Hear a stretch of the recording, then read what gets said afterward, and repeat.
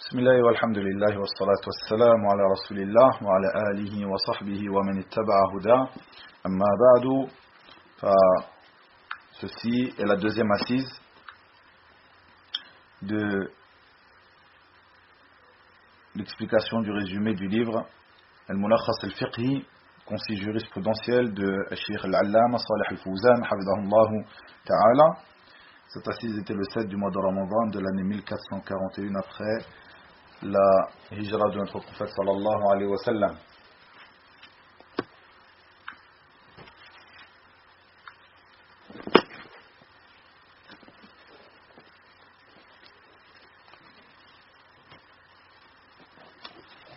Ici, le Cheikh Hafidahullah Ta'ala nous dit dans le sens approximatif de ces paroles que l'obligation du jeûne journalier commence par le lever du deuxième fajr, celui qu'on appelle el fajr al-sadiq, donc le fajr véritable, l'aube véritable. Puis il explique en résumé ce qu'est l'aube véritable et on reviendra à cela un peu plus tard en expliquant la différence qu'il y a entre l'aube véridique, al-fajr al-sadiq, al-thani, donc l'aube véridique, le deuxième fajr, et al-kadib, c'est-à-dire le faux fajr ou le fajr mensonger ou l'aube mensongère, qui est appelé aussi al-fajr al-awwal, le premier fajr. On expliquera cela un peu plus loin. Donc il dit que l'obligation du jeûne journalier commence à partir de l'aube véritable et se termine à la tombée et se termine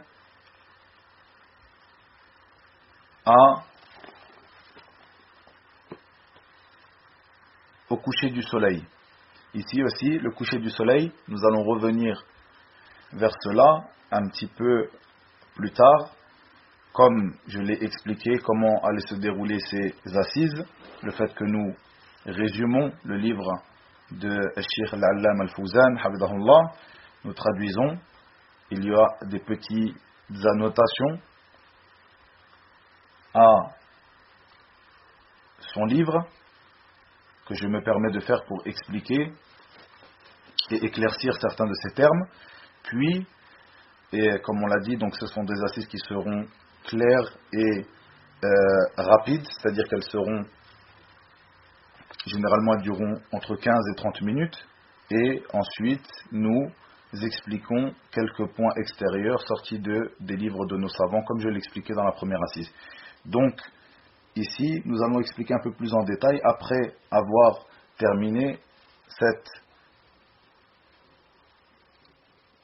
assise concernant le livre de Cheikh Al-Allama Al-Fawzan, Al-Mulakhas al-Fiqhi et son annotation. Donc ici, nous avons quelques points à expliquer, la différence entre le premier fajr, la première aube, le deuxième fajr et la deuxième aube. Aussi, ce que veut dire Ghurub al-Shams, c'est-à-dire le coucher du soleil. Ici, pour répondre à une ambiguïté qui a été répandue chez certains frères. Donc, l'obligation journalière du jeûne est de l'apparition de l'aube véritable jusqu'au coucher du soleil. Et ceci, comme le dit Allah Tabaraka wa Ta'ala dans son livre, dans Surat Al-Baqarah, Surat la Vache, la Surat numéro 2, jusque le verset numéro 187, où il dit, dans le sens approximatif de ces paroles, on vous a permis la nuit de As-Siyam d'avoir des rapports avec vos femmes. Elles sont un vêtement pour vous et vous êtes un vêtement pour elles. Allah sait que vous aviez clandestinement des rapports avec vos femmes. Il vous a pardonné et vous a gracié. Cohabitez donc avec elles maintenant et cherchez ce qu'Allah a prescrit en votre faveur. Mangez et buvez jusqu'à ce que se distingue pour vous le fil blanc de l'aube du fil noir de la nuit. Puis accomplissez le jeûne jusqu'à la nuit. Mais ne cohabitez pas avec elle pendant que vous êtes en retraite spirituelle dans les mosquées. Voilà les lois d'Allah. Ne vous en approchez donc pas pour les transgresser. C'est ainsi qu'Allah expose aux hommes ses enseignements afin qu'ils deviennent pieux. Ici, ce verset, nous allons aussi l'expliquer après avoir terminé notre présentation au livre de Cheikh Al-Allam Al-Fawzan, Hafidahullah, aujourd'hui, pour expliquer à quel moment le jeûne du mois de Ramadan a été prescrit et de quelle manière il a été prescrit. Tout cela en expliquant ce verset. Et ici, Cheikh Al-Fawzan, Hafidahullah, explique rapidement dans son livre Al-Mulakhas Al-Fiqhi ce que veut dire jusqu'à ce que se distingue le fil blanc du fil noir,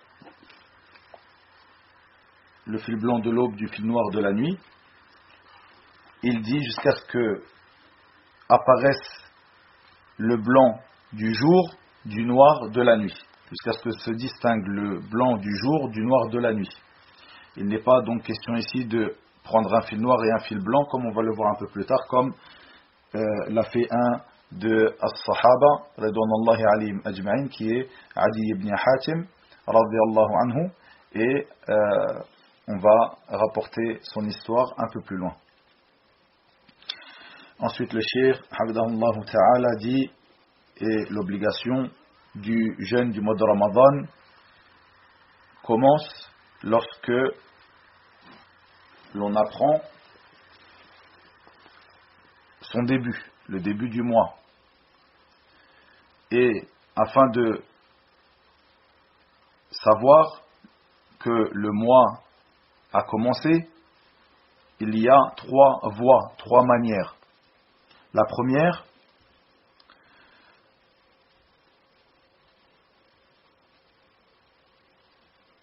le fait qu'une personne voie le croissant, le nouveau croissant de lune, le croissant qui marque l'entrée du mois. Et ceci d'après la parole d'Allah tabaraka wa ta'ala, dans le sens approximatif de ces paroles, comme nous l'avons lu hier. Et celui d'entre vous qui voit le mois, c'est-à-dire le croissant, le nouveau croissant de lune, qu'il jeûne ce mois, le mois de Ramadan. Et d'après la parole du prophète Muhammad sallallahu alayhi wa sallam, Soumu li ru'yatihi, jeûnez à sa vue, à la vue de ce dernier, le croissant, le nouveau croissant lunaire. Et donc le cheikh de nous dire que celui qui verra le croissant par lui-même, celui-là, il lui sera obligatoire de jeûner. Donc, la première méthode, la première manière, la première voie, la première méthode par laquelle on prend connaissance de l'entrée du mois de Ramadan est le fait de voir personnellement le nouveau croissant lunaire.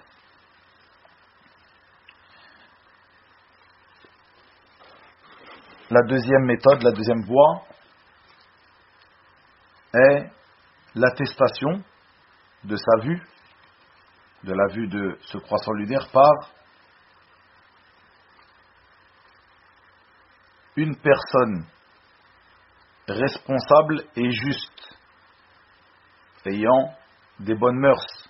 Une personne responsable et juste, ayant de bonnes mœurs, le fait que cette personne l'ait vu et atteste de cela et informe de cela,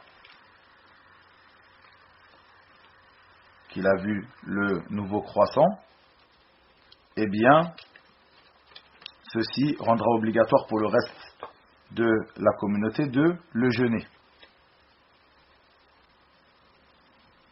Comme cela, la parole de Ibn Umar, radiyallahu anhu wa an abih, où il dit que, dans le sens approximatif de ces paroles, que les gens ont observé le croissant, le nouveau croissant de lune, puis j'ai, c'est-à-dire Ibn Umar, informé le messager d'Allah sallallahu alayhi wa sallam que je l'ai vu, le nouveau croissant de lune. Il a donc jeûné et il a ordonné aux gens de le jeûner. Ici, il est important de souligner que ceci était à l'époque du prophète Mohammed sallallahu alayhi wa sallam,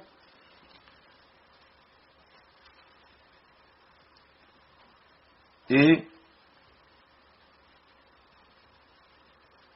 que cette parole qui est rapportée de Ibn Omar nous montre que lorsqu'il a vu l'apparition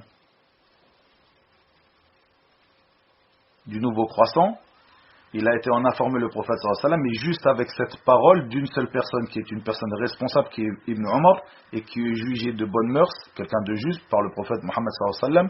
Juste avec cette information, le prophète sallallahu alayhi wa sallam a jeûné et a ordonné aux gens de jeûner. Ce qui nous montre que ceci fait bien partie d'une des méthodes, d'une des voies par laquelle on est informé, on sait que le mois de Ramadan vient de commencer. Ici, bien sûr, il y a une affaire qui est très importante, mais que le cheikh ici n'a pas détaillé, hafidahullah ta'ala, et on ne va pas s'attarder dessus, car, comme je l'ai dit, ces assises se veulent concises et résumées, et je vous renvoie en cela à certaines fatawa de Cheikh Sulaiman al-Ruhaili, hafidahullah ta'ala, l'enseignant de la mosquée du prophète Mohammed sallallahu alayhi wa sallam, et certaines de ces fatawa ont été traduites en français. Donc sur ce qui est appelé ikhtilaf al-matali', c'est-à-dire si une personne voit, un pays voit le nouveau croissant de lune, mais que dans un autre pays musulman, même si c'est un pays voisin, soit un pays musulman ou un pays non musulman, si les autorités qui sont chargées dans ce pays d'observer le nouveau croissant de lune, le voient dans un pays, et dans son pays, qui est un pays voisin ou un pays lointain, ne l'ont pas vu, eh bien il sera obligatoire au premier pays, celui qui l'aura vu, de jeûner, comme nous venons de l'expliquer. Par contre, au deuxième pays, celui qui ne l'aura pas vu, qui n'aura pas vu le nouveau croissant du mois de Ramadan, il ne sera pas pour lui obligatoire de le jeûner. Ceci est une divergence auprès des savants depuis de nombreuses années, depuis des siècles. C'est une divergence qui est ancienne, mais la vérité est le qawl al-rajih, c'est-à-dire l'avis le plus juste, c'est qu'il sera obligatoire de jeûner pour ceux qui l'ont vu, comme nous venons de l'expliquer. Pour ceux qui ne l'ont pas vu, eh bien, il ne sera pas obligatoire de jeûner. Plutôt, ils jeûneront à la vue de ce croissant, le nouveau croissant qui marque l'entrée du mois de Ramadan. Et dans cela, pour détailler, il y a plusieurs affaires qui découlent de cette affaire. Pour avoir plus de détails, je vous renvoie vers le fatawa de Cheikh Sulaiman al-Ruhaili, hafidahullah ta'ala. Bien sûr, beaucoup de gens de science ont parlé de cela, mais simplement le fatawa de Cheikh Sulaiman al-Ruhaili sont répandus sur internet, et vous pouvez les trouver assez facilement, elles sont traduites. Sinon, il y a aussi plusieurs fatawa de Cheikh Ibn Uthaymin, rahimahullah ta'ala. Je ne sais pas si elles sont traduites en français, mais vous pouvez sûrement les trouver traduites en cherchant bien. Hafizakumullah. Donc, ici, la deuxième méthode. La troisième méthode, la troisième voie pour connaître l'entrée du mois de Ramadan est le fait de compléter le mois de Sha'ban, qui précède le mois de Ramadan dans le calendrier lunaire, le mois de Sha'ban, de le compléter en comptant 30 jours.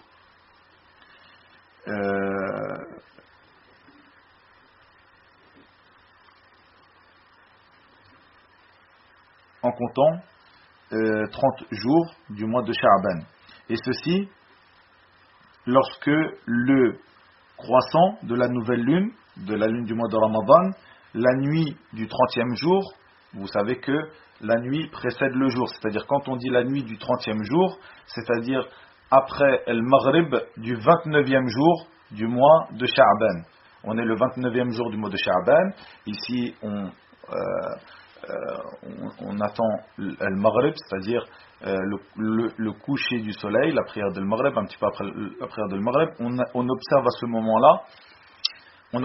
moment-là, le nouveau, on observe la lune et on observe et on cherche à voir le nouveau croissant. Si on l'observe à ce moment-là, eh bien, le lendemain, ce sera le mois de Ramadan, le premier du mois de Ramadan. Et ici, on aura fait 29 jours du mois de Sha'ban. Car le mois, comme l'a dit le prophète sallallahu alayhi wa sallam, est de 29 jours ou de 30 jours. Donc, si le mois ne sera jamais de moins de 29 jours, le mois lunaire ne sera jamais de moins de 29 jours, il ne sera jamais plus de 30 jours. Donc ici, soit on aura vu à la nuit du 30e jour du mois de Sha'ban, qui est en l'occurrence, si on observe le croissant, le nouveau croissant du mois de Ramadan sera en l'occurrence la nuit du premier mois de Ramadan. C'est pour ça qu'à ce moment-là, lorsqu'elle est observée, les gens commencent les prières de Tarawih. Et si elle n'est pas observée, eh bien ce sera la nuit du 30e jour du mois de Sha'ban. Donc le lendemain, ou après cette nuit-là, on rentre dans le 30e jour du mois de Sha'ban. Donc on aura fait que le mois de Sha'ban dure 30 jours. Donc nécessairement, le lendemain sera le mois de Ramadan. Le premier mois de Ramadan, c'est ici, cette troisième voie, cette troisième manière. Et ceci, lorsque il n'est pas possible de voir, d'observer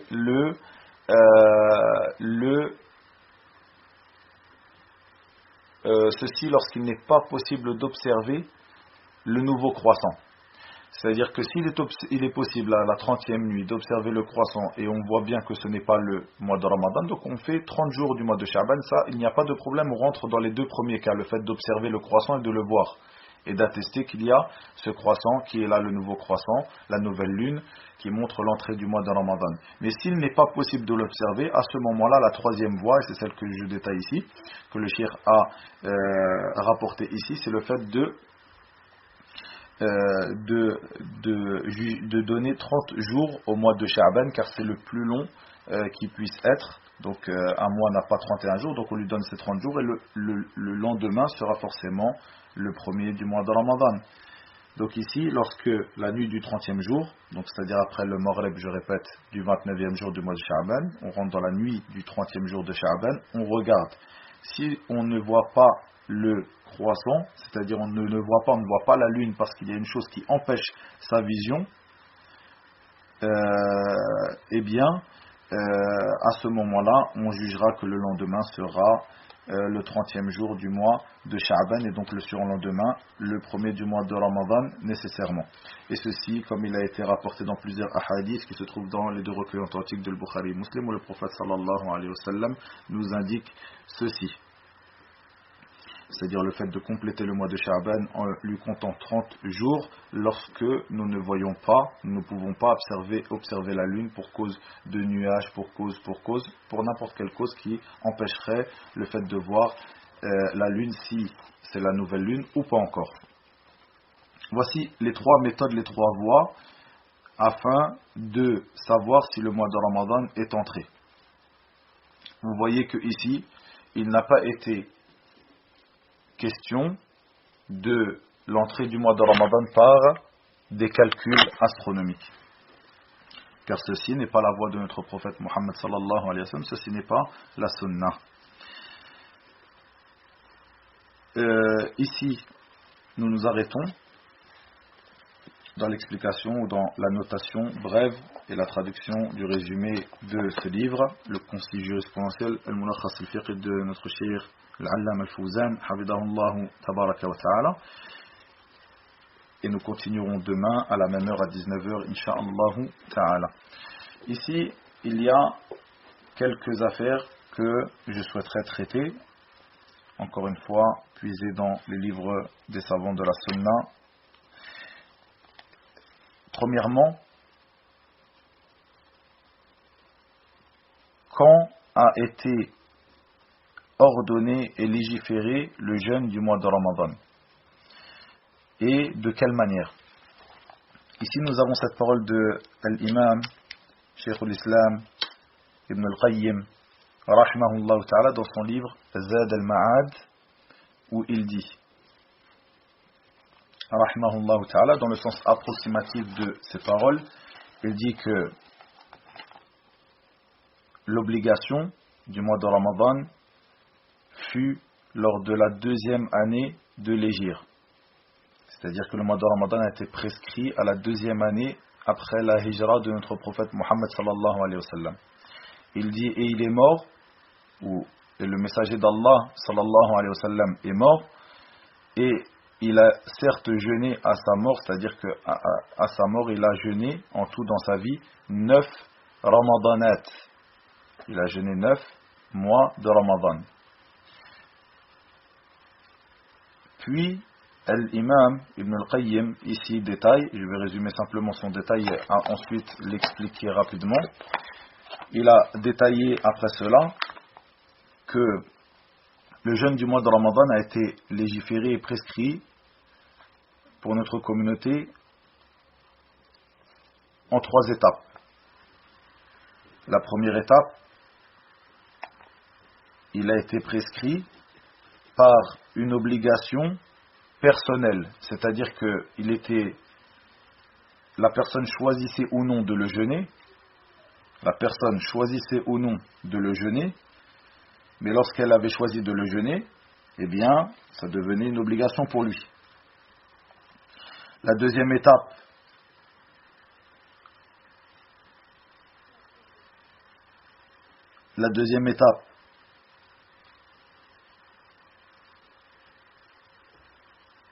est l'obligation de ce jeûne du mois de Ramadan,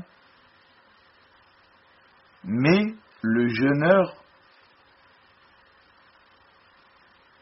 avait le droit de rompre son jeûne après le coucher du soleil jusqu'à la prière de l'Isha, ou jusqu'à le moment où il dorme.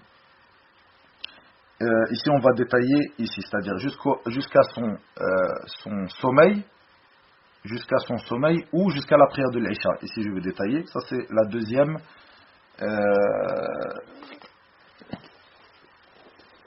étape de la prescription du jeûne du mois de Ramadan, c'est-à-dire qu'il rompait le jeûne après le Maghrib et il pouvait manger, boire, avoir des rapports conjugaux avec son ou ses épouses jusqu'à la prière de l'Isha ou jusqu'à son sommeil.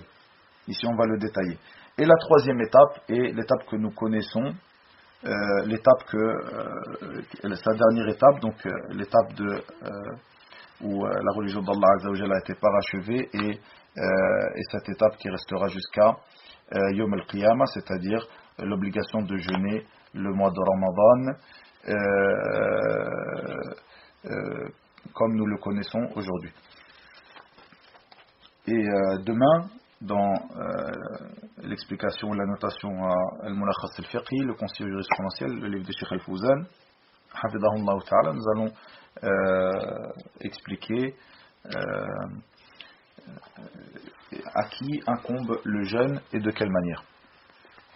Donc ici, la première étape de la législation du jeûne qui a été légiférée la 2e année après la hijra de notre prophète Mohammed sallallahu alayhi wa sallam, la première étape était le fait que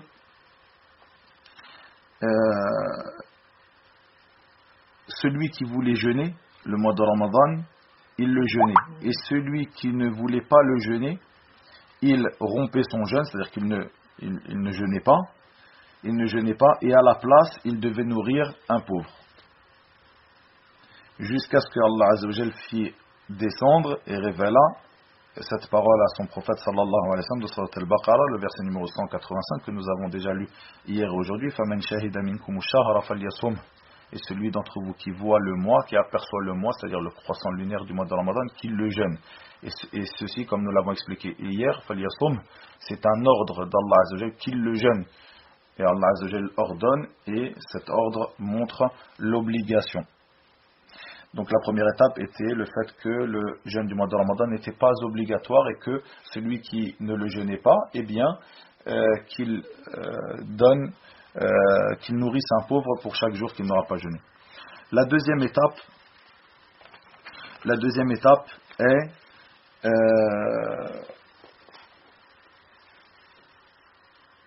comme nous l'avons expliqué, le fait qu'il devint obligatoire, le jeûne du mois de Ramadan devient alors obligatoire par la descente et la révélation de ce verset, mais il est devenu obligatoire simplement, la personne avait le droit de rompre son jeûne donc au coucher du soleil, puis avait le droit de manger, de boire, d'avoir ses rapports conjugaux avec son ou ses épouses jusqu'à la prière de l'Isha, comme il est venu dans certaines narrations, dans certains hadiths qui ont été rapportés, jusqu'à la prière de l'Isha. Lorsqu'il priait l'Isha, et bien à ce moment-là, lorsque les musulmans priaient la prière de l'Isha, et bien à ce moment-là, tout cela redevenait interdit pour toute la nuit jusqu'au au Maghreb du jour suivant. Et dans certaines narrations, on voit jusqu'au sommeil, donc jusqu'à ce que la personne dorme. C'est-à-dire au moment où la personne dormait, si elle se réveillait après dans la nuit, elle n'avait pas le droit de manger. Et certains parmi les savants de l'islam ont soutenu la première, que c'était de cette manière-là, c'est-à-dire jusqu'à la prière de l'Isha, selon les narrations qui ont été rapportées. Certains savants de l'islam ont soutenu la deuxième, que c'était jusqu'au moment où la personne dormait, et certains savants de l'islam ont soutenu le fait de réunir ces deux choses, c'est-à-dire d'expliquer cela en disant que la nourriture, la boisson et les rapports intimes lui devenaient interdits, donc à partir du moment où il a soit prié l'Isha, soit dormi. C'est-à-dire que si la prière de l'Isha arrivait avant de dormir, eh bien c'est à la prière de l'Isha que cela s'arrête. Et si il dormait avant la prière de l'Isha, comme c'est arrivé à certains parmi as-Sahaba à l'époque du prophète Mohammed sallallahu alayhi wa sallam, avant de prier l'Isha, il s'endormait, puis il se réveillait pour la prière de l'Isha, ou avant la prière de l'Isha, par ce sommeil-là, cela lui devenait interdit. Et dans tous les cas, que ce soit cette parole ou l'autre, le résumé est que après la prière de Al-Maghrib, ils avaient le droit de manger, de boire et d'avoir des rapports intimes, et jusqu'à soit la prière de l'Isha, soit le sommeil. Et ceci a été abrogé dernièrement, c'est la dernière étape de la prescription du jeûne du mois de Ramadan pour arriver à ce que nous connaissons aujourd'hui, et ceci par la parole d'Allah tabaraka wa ta'ala. On vous a permis la nuit de Siyam d'avoir des rapports avec vos femmes, elles sont un vêtement pour vous et vous êtes un vêtement pour elles. Allah sait que vous aviez clandestinement des rapports avec vos femmes. Il vous a pardonné, vous a gracié. Cohabitez donc avec elles maintenant et cherchez ce qu'Allah a prescrit en votre faveur. Mangez et buvez jusqu'à ce que se distingue pour vous le fil blanc de l'aube du fil noir de la nuit. Puis accomplissez le jeûne jusqu'à la nuit. Voici ce verset qui a abrogé cela et qui a été la dernière étape de la révélation et de la prescription du jeûne du mois de Ramadan comme nous le connaissons aujourd'hui. Par rapport à cette parole, mangez et buvez jusqu'à ce que se distingue pour vous le fil blanc de l'aube du fil noir de la nuit. Ici, comme on l'a expliqué, c'est le blanc, jusqu'à ce qu'on distingue le blanc ou la clarté de la journée par rapport au noir, à la pénombre de la nuit. Ici donc, ce n'est pas le fait de prendre un fil blanc et un fil noir, et ceci, comme il fut rapporté, comme dans le Sahih de l'imam al-Bukhari et le Sahih de l'imam Muslim, où ce grand compagnon qui est Adi ibn Hatim, radiyallahu anhu, lorsque ce verset a été révélé, il a pris deux fils, un fil noir et un fil blanc, et il les a mis en dessous de son coussin, de son oreiller. Et il regardait pendant la nuit, il regardait pendant la nuit et il ne voyait pas de différence entre le fil blanc et le fil noir. Puis il est parti voir le matin le prophète Mohammed sallallahu alayhi wa sallam, il lui a rappelé ceci, il lui a dit ce qu'il avait fait, et le prophète sallallahu alayhi wa sallam de lui dire ceci est certes, donc il explique sallallahu alayhi wa sallam, il fait l'exégèse de ce verset, le fil blanc du fil noir, il dit ceci est certes le noir de la nuit, du blanc de la clarté du jour. Donc voilà comment le prophète sallallahu alayhi wa sallam a expliqué ce verset. Une dernière chose, Hafidakumullah, il y a la différence, comme on l'a dit, la différence entre le premier fajr, la première aube, de la deuxième aube de al-fajr al-thani, donc celui qu'on appelle al-fajr al-awwal, c'est al-fajr al-kadhib, c'est-à-dire l'aube mensongère, et al-fajr al-thani, c'est l'aube véridique, al-fajr al-sadiq. Et la différence qu'il y a entre ces deux-là, comme l'ont rapporté l'ulama, est de trois différences. Il y a trois différences entre ces derniers-là. Comme on l'a dit ici, comme l'a dit le Cheikh Al-Fawzan, hamidahullah ta'ala, l'obligation journalière du jeûne débute après le lever de la deuxième aube. La deuxième aube. Et se termine au coucher du soleil. La deuxième aube, c'est cette aube-là, la deuxième, l'aube véridique, qui est aussi le temps de la prière de l'Fajr. Avant cela, la première aube, ce n'est pas le temps de la prière de l'Fajr. Comment reconnaître la différence entre ces deux aubes? C'est quelque chose qui est important. Pourquoi? Car ce terme-là est rappelé dans l'ensemble des livres de fiqh, et aussi au moment où une personne sera en voyage, il n'aura pas peut-être le téléphone, Internet, etc., toutes ces choses-là que nous avons aujourd'hui, donc il devra se baser sur les signes qu'Allah Azza wa Jal a mis pour nous dans sa création afin de connaître les heures des prières. Vous voyez?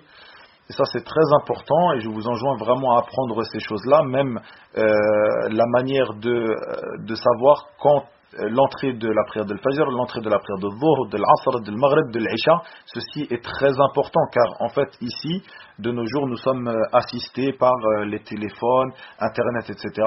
Et jusqu'à ce qu'une personne, lorsqu'elle n'a plus de batterie, par exemple, elle ne sait pas quand est-ce que commence l'heure de Dhuhr et l'heure de l'Asr, ou même l'heure de l'Fajr, ou même l'heure de l'Maghrib, ou même l'heure de l'Isha. Et ça, ce n'est pas normal, puisqu'en fait, à n'importe quel moment, on peut être confronté à cette situation. Donc, il faut que le musulman fasse attention à ses prières. Il faut que le musulman fasse attention à ses prières et sache comment se comporter par rapport à cela. C'est une chose que j'avais l'habitude d'enseigner à mes élèves à Dar Ibn Salaf au Caire, la manière de faire la différence entre l'entrée de Dhuhr et l'entrée de l'Asr et l'entrée des prières lorsque je leur enseignais cela dans le fiqh, dans la matière de le fiqh, et je leur montrais comment savoir l'entrée de chaque prière et aussi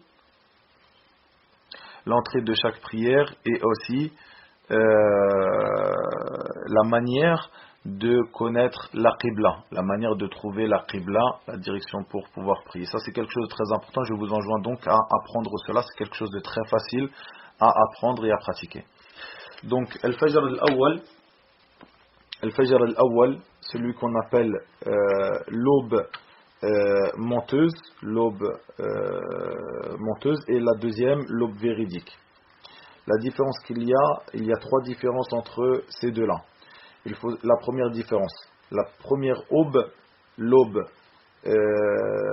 menteuse, donc celle qui est la première, donc qui précède la deuxième, qui est l'aube véridique, laquelle marque le début du jeûne, laquelle marque le début de la prière du Fajr. Eh bien, cette première aube, l'aube mensongère, eh bien, celle-ci sera,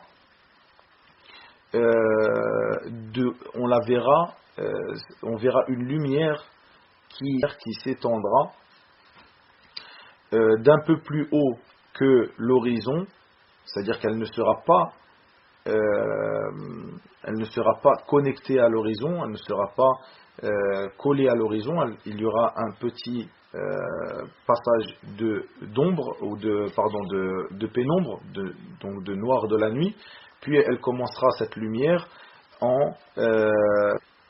cette lumière qui sera verticale. À l'inverse de l'aube véridique, qui est la deuxième aube, qui elle sera horizontale, elle sera collée et connectée directement à l'horizon. Donc elle s'étendra sur tout l'horizon de manière horizontale de l'est en ouest. La deuxième différence entre ces deux aubes, le fait que la première aube, qui est l'aube mensongère, durera un petit moment, puis reviendra le noir de la nuit. C'est-à-dire qu'il y aura cette lumière-là, puis cette lumière-là s'éteindra et on reviendra au noir de la nuit.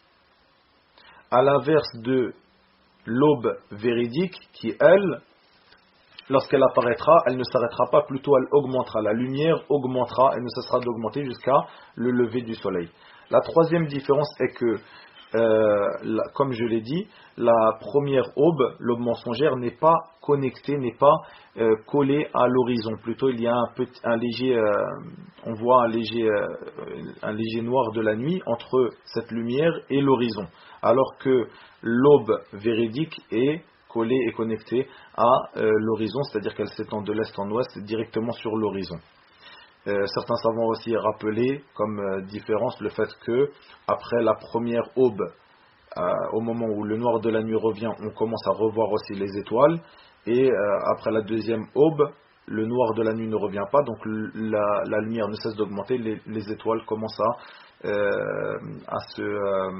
disparaître petit à petit.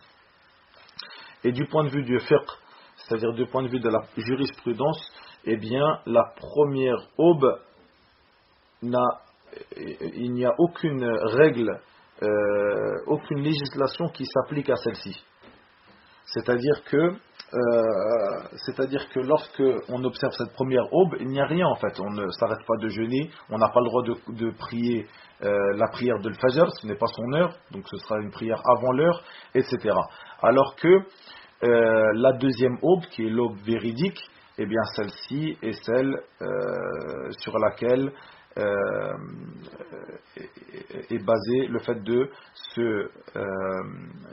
d'arrêter de manger, de commencer donc la journée de jeûne, et comme cela, donc en l'occurrence ici ce que nous avons étudié aujourd'hui, aussi le fait de prier, ceci marque le début de la prière de Al-Fajr, c'est-à-dire qu'il sera autorisé par la personne à partir du moment où elle aura vu cette aube véridique, de commencer à prier la prière de Al-Fajr.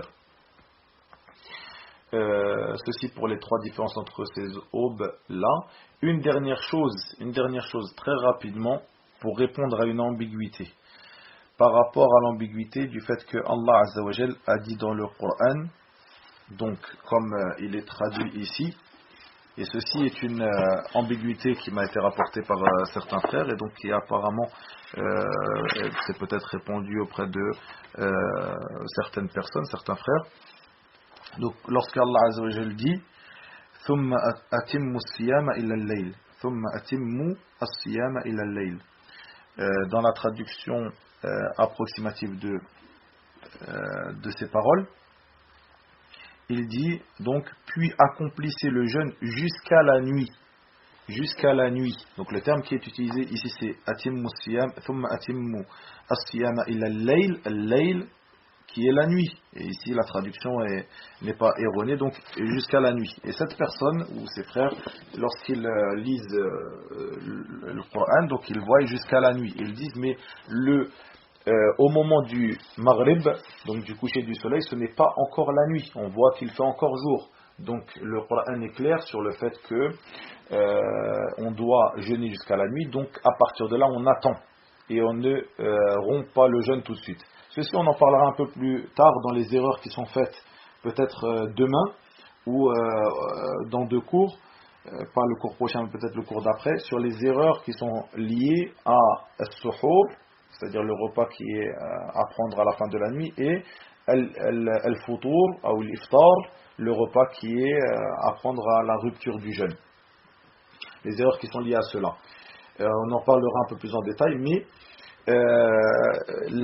l'ambiguïté qui est ici, c'est sur ce terme-là, la nuit. Et il voit qu'au moment de Maghreb, il ne fait pas nuit.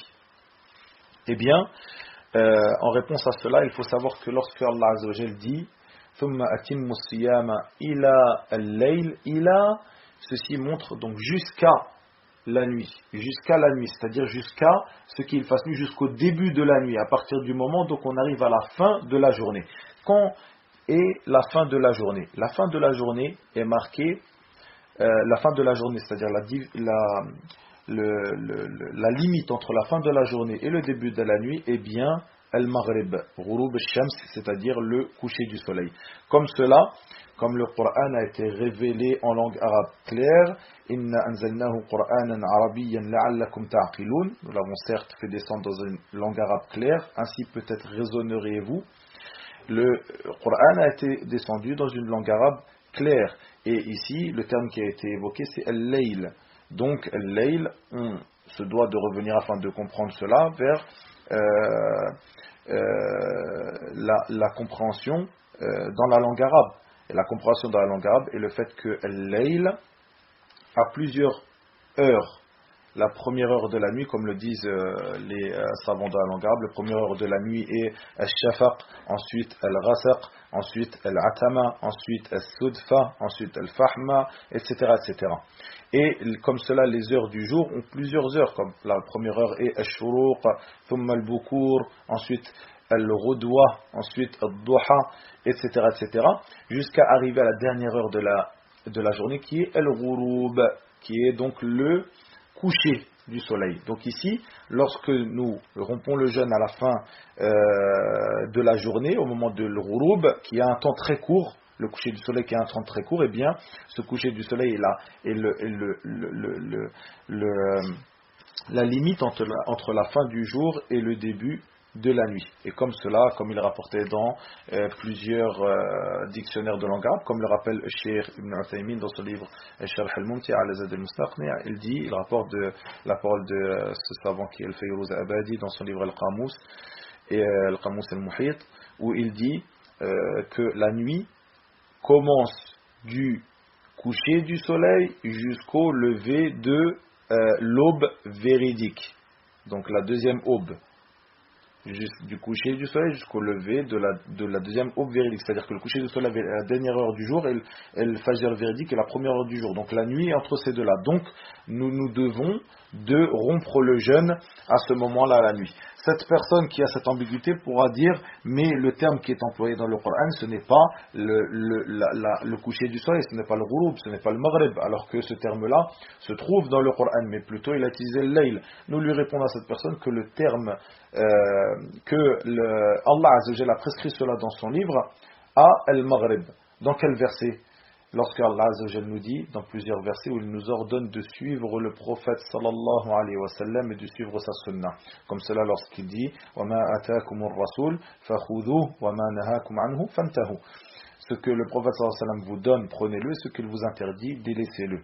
Eh bien, nous voyons que la sunna du prophète sallallahu alayhi wa sallam était qu'il rompait le jeûne au moment de l'adhan de al-maghrib. Plutôt l'adhan de al-maghrib était un signe pour tous les croyants qui étaient dans leur maison, était le signe qui, comme au jour d'aujourd'hui, lorsque nous entendons al-adhan dans les pays où il y a al-adhan, dans nos pays musulmans, eh bien nous entendons l'adhan, ceci est un signe pour nous que à ce moment-là, il nous est permis de rompre le jeûne, et comme cela à l'époque du prophète Mohammed sallallahu alayhi wa sallam. Et ceci est sa sunna, et c'est ce qu'il nous convient de suivre, et non de suivre des ambiguïtés lorsque nous lisons par nous-mêmes et nous commençons à philosopher sur un tel ou tel terme. Tout le bien est dans le suivi de la sunna du prophète sallallahu alayhi wa sallam et de ses compagnons et de ceux qui les ont suivis dans le bien. Wa ilahuna wa billahi tawfiq wa sallallahu wa sallam wa barak ala nabiyyina Muhammad wa akhiru da'wana alhamdulillahi rabbil alamin.